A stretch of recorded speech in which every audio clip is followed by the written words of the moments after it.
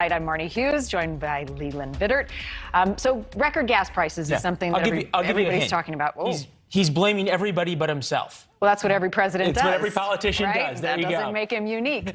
Record gas prices on top of a runaway inflation has all of our heads spinning right now. There's one American town, interestingly, that's getting hit even harder by inflation than any other. So we're going to talk about that. You didn't guess it either, right? I didn't. Well, I didn't guess it, and then I asked why, and you have the answer. All right, we'll pick that up in a minute. Yeah. Drugs are pouring across the southern border and killing Americans. We've talked a lot about that.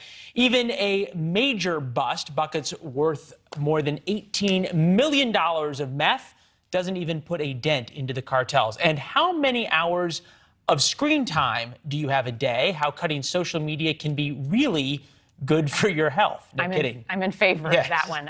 Also, did you hear this? Hitting the lottery only to have someone else's mistake take your dream away. This is a mega mistake to the tune of tens of millions of dollars. So we'll be talking about that and some ways to fix this in the future, because it stinks for the guy who it happened to. All right, so if you've been to the grocery store, you filled up your gas tank recently, we don't have to tell you, it is expensive. Everything costs more. The government confirming today prices up 8.3% last month. That compares to a year ago. Still, we are near a 40-year high of inflation. So we wanted to break things down for you tonight, just show you, in case you were wondering, how much more you're paying.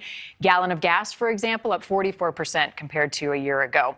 Fruits, so your lemons, your limes, your oranges, all your fresh juice, if you're squeezing at home, 19% higher. Same for butter, 19%. Chicken, whole milk, that's 16% more.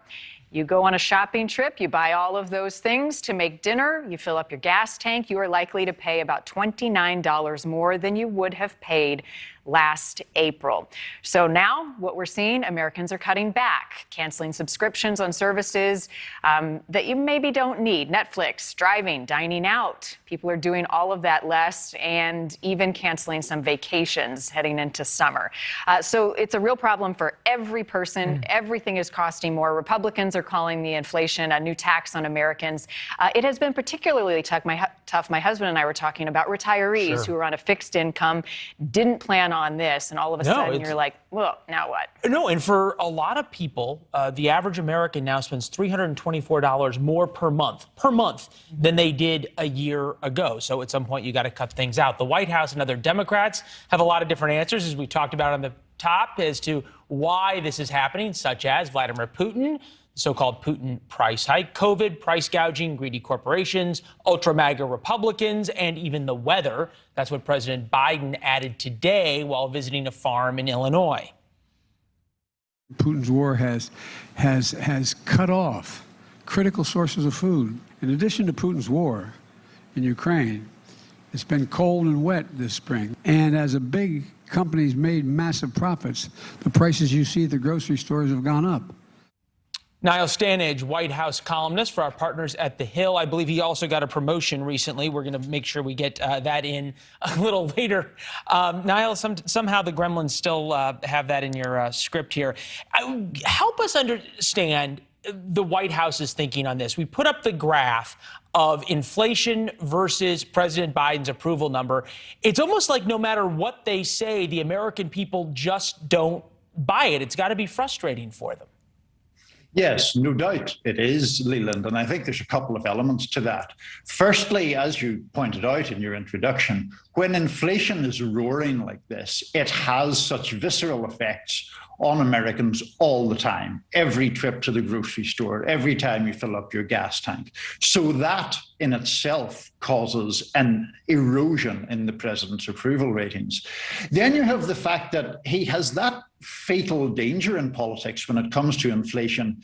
He has responsibility without power, in a sense. He is, of course, blamed for inflation, but the major lever to deal with inflation is actually wielded by the Federal Reserve, not him. It's the power to raise interest rates. So he is reduced to making these rather weak-sounding statements or small ball measures to try to deal with a huge problem. In terms of the main statement, it has been Putin's price hike, which has the beneficiary of alliteration and a nice Twitter hashtag. Here's the president. I'm going to do everything I can to minimize Putin's price hike. Putin's price hike. Putin's price hike. Price hike. Putin's price hike. Putin's price hike. Putin price hike. Putin price hike. The Putin price hike. Okay, then we've got ultra MAGA Republicans. King MAGA came out today. The weather. What's next before the election? Mickey Mouse? Well, I mean, to be fair, the war in Ukraine has had clearly an effect on gas prices. The weather I can't speak to. I don't know whether that has affected agricultural production or not. But I think what you're getting at in your question, Leland, is perhaps the fact that Americans remember this inflation surge preceding the war in Ukraine. It was last year that we were told by Jerome Powell, the Fed chairman, and others, that inflation was going to be transitory. It clearly hasn't been transitory. The good old days. Much longer. The good old days of transitory. Biden's handling of the economy, 47% disapproved, 29% approved. As you talk to the White House, a couple of my Democratic sources, close to but not in the White House, have said that essentially we're done trying to propose solutions. Now it's all just about campaigning for November. Is that a fair characterization from what you're hearing? It is a fair characterization, broadly speaking. I think that's why we're seeing these contrasts being drawn with Republicans. There is, I think, one really interesting point worth making about campaigning, Leland, which is, does the American Rescue Plan or the COVID relief package work as an asset for Democrats anymore? When that was first passed way back in, I think, March of President Biden's first year, it was assumed to be a big achievement. Now that has, I think, increasingly been questioned as to whether that fueled inflation. So even when it comes to campaigning, there's a fairly major plank of the Democratic case that has been weakened to some extent by subsequent events. Niall, we put up those numbers a moment ago about how much people are paying extra when they take a typical trip to the grocery store to buy dinner. And I think most people would agree, just stop the bleeding, right? We're sick of it. The patience has run really thin. Put the politics aside. I mean, everybody's going to blame everybody else as you head into the midterms, into 2024. But we did see, I'm looking for the silver lining here, a 2% drop from last month when the numbers came out. Has inflation peaked? I mean, what are you hearing from your sources? I mean, are we starting to turn a corner where we can stop the bleed a little bit? Obviously, Marnie, the hope is that it has peaked. It was 8.5% in the previous month, which was the highest level since 1981.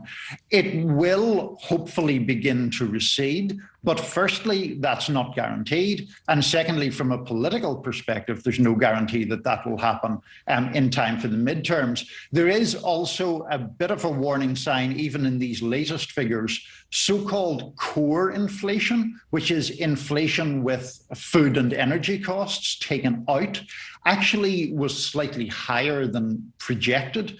So we're still in this fight against inflation, and it certainly has not been tamed yet, although one might hope it might taper. Well, and if you think about the 1980s is any lesson in history, in terms of raising interest rates, we're anywhere near close enough to raise interest rates high enough to actually tame it. Then interest rates 13, 14, 15% for mortgages. Now we're at 5%.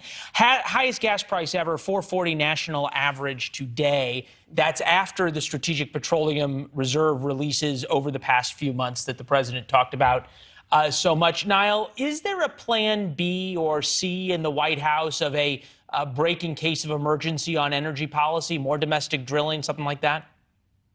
I'm not sure that there is in that regard. The White House often makes the point about the thousands of oil leases that are not being utilized right now. In terms of gas prices generally, there is a rather controversial debate over the idea of a gas tax holiday. Now, you could remove the gas tax for a certain period of time. The argument against is, would petroleum companies and gas stations just add to their margins and keep the prices the same? And the second political problem is, if you have a gas tax holiday, you have to end it sometime, presumably, and no politician is going to want to be the one who ends it. So that's the plan B, but it has a lot of asterisks to it. Thanks for watching. Click the red subscribe button below so you can get more of NewsNation's fact-driven, unbiased coverage.